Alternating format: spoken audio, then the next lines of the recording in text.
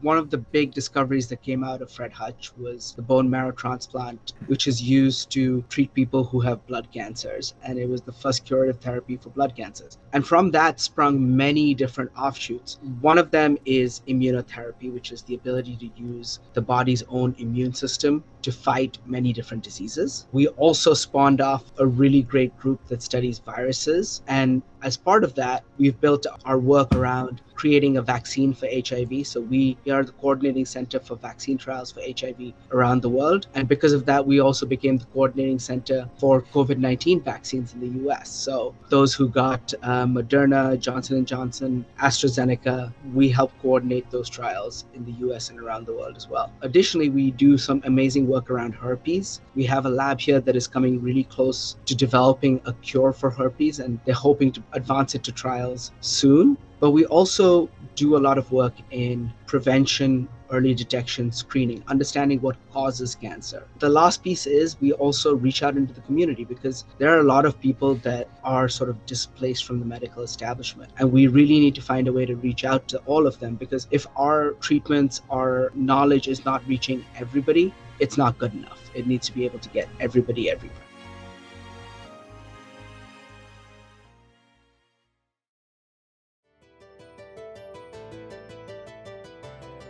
So first off, one of the things that we have to do is figure out what we can do for the people that have long COVID. We need to figure out what is causing that long COVID and try and figure out better treatments for long COVID. And so we have people that are running different studies, some that started with the forethought as early as April and May of 2020, where they recruited people and just have been following them for the last 2 years. And now we can start understanding why some people have long COVID and some don't, and maybe start digging down into ways to treat it. Secondarily, the hard part about COVID evolving is that a lot of the treatments we had with regards to preventing people from getting really sick, as the virus evolves, those treatments are no longer good enough to keep up with it. And so one of our researchers is using AI to basically look through almost 4,000 drugs that have already been approved for treatments for many different other conditions, and seeing whether any of them can reduce the severe illness for COVID. And finally, we have a group of researchers that are now trying to see whether they can forecast the next variant that will come to us. So we may be able to design boosters in the future that are already ready to go when the next variant shows up. So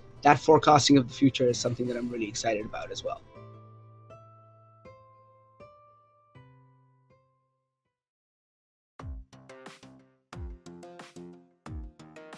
There's just been so many new strides in precision oncology at Fred Hutch. So precision oncology is being able to develop more tailored treatments and therapies that will target only the cancer and not the healthy cells in a patient, and that are tailored to each individual person, if you will. There are some new technologies like liquid biopsies that some of our researchers are doing. Liquid biopsies, basically, if somebody has a solid tumor, to study the tumor, where people traditionally have surgery, the doctors have to go in, cut a hole, pull out a piece of tumor, and it's very invasive. And there's a lot of recovery happening after. And if somebody is on treatment for a long time and the doctors want to go in and repeatedly look at how they're recovering, that's really hard with a solid tumor, because you don't want to keep subjecting the person to repeated injuries and invasive procedures. So what liquid biopsies do in that regard is game changing, because what they're able to do is detect in your bloodstream the DNA from a tumor cell that is just floating around. And think about it this way, right? Like for a lot of people, say something like colorectal cancer, people don't want to go get screened because the procedure is just very uncomfortable. If you can imagine a world where you don't have to go through those procedures and it's just a simple blood draw, to be able to say, yep, we detected some tumor DNA, it's easier to screen people with something like that.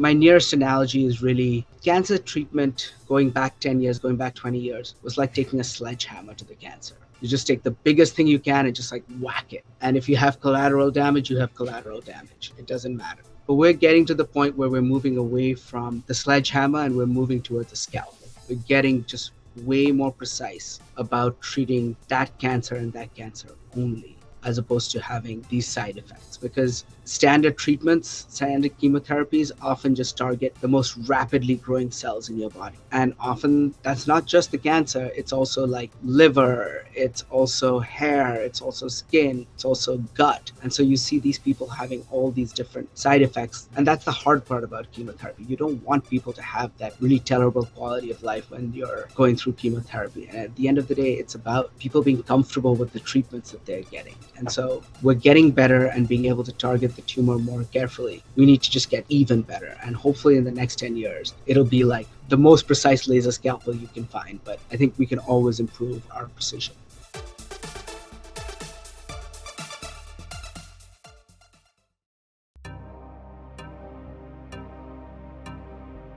So the first thing I'll talk about is a group that we are building called patient navigators. And so we have people that are culturally matched to the patient that is coming through the clinic to be able to help the patient navigate the complexities of the medical system so they can focus on their health and their outcomes. Another thing is that we're also thinking about what else can a patient do to maximize their outcome. So we have people that are registered dietitians. We have a researcher who's studying the effect of sleep and your recovery from treatment. And we have people that are looking at exercise and how exercise can prevent relapse. And we have all these people studying these different things and bringing the latest research to people who are undergoing cancer treatment. Additionally, we have people that are studying the effect of the cost of care on people's outcomes, whether they're able to afford treatments, whether they're able to stay on their treatments because of the cost of the treatments. Nobody should have to die because they don't have enough money.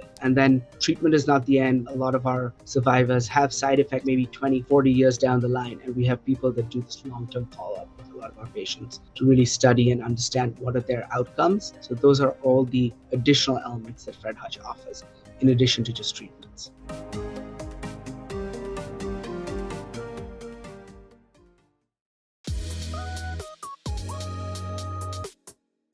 I'll take a step back and explain graft-versus-host disease. So graft-versus-host disease is one of the most toxic side effects that comes with a bone marrow transplant. What happens is that once the bone marrow from a donor goes into a patient, that bone marrow creates new blood cells and new immune cells. And those new immune cells then go about attacking the patient's tissues because they're not perfectly matched up. And so there's two different ways that our researchers are tackling. One group is using very specific methods to deplete a certain subclass of T cells called naive T cells from the transplant before doing the transplant, because they've discovered that it is one very tiny subclass of immune cells that are really truly responsible for that graft-versus-host disease. And so by removing it, they can then reduce the side effects of graft-versus-host disease.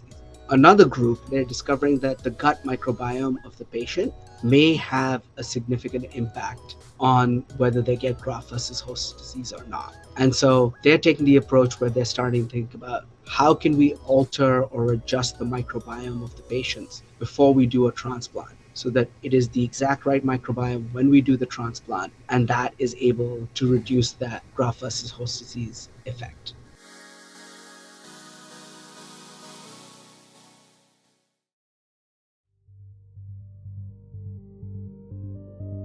I think, to my mind, the next big thing is with the merger at Fred Hutch and Seattle Cancer Care Alliance, we can sort of upscale our ability to take precision oncology to the next level. We can think about how we build a setup that everybody who walks through our doors can get screened for multiple different cancers, or we are able to get patient samples that we put into this big repository that we are able to then study even more deeply to get a more diverse population, to get a larger population, to really start uncovering what are the drivers of cancers, what are the things that we should be looking for, and what are preventable, treatable pieces. I think that world of precision oncology is just coming ever closer to us. And by making sure that we are deliberate in the groups of people that we recruit to these trials and bring in and which cancers we treat, we can also overcome the inherent racism in the system that has left so many groups out of the medical system and left their data out of the system as well. So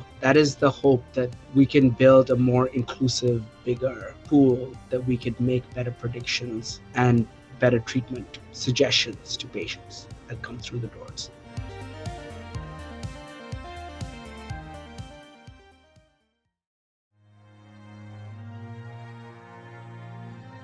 There's always projects that need funding at Fred Hutch. Which project do I want to talk about today?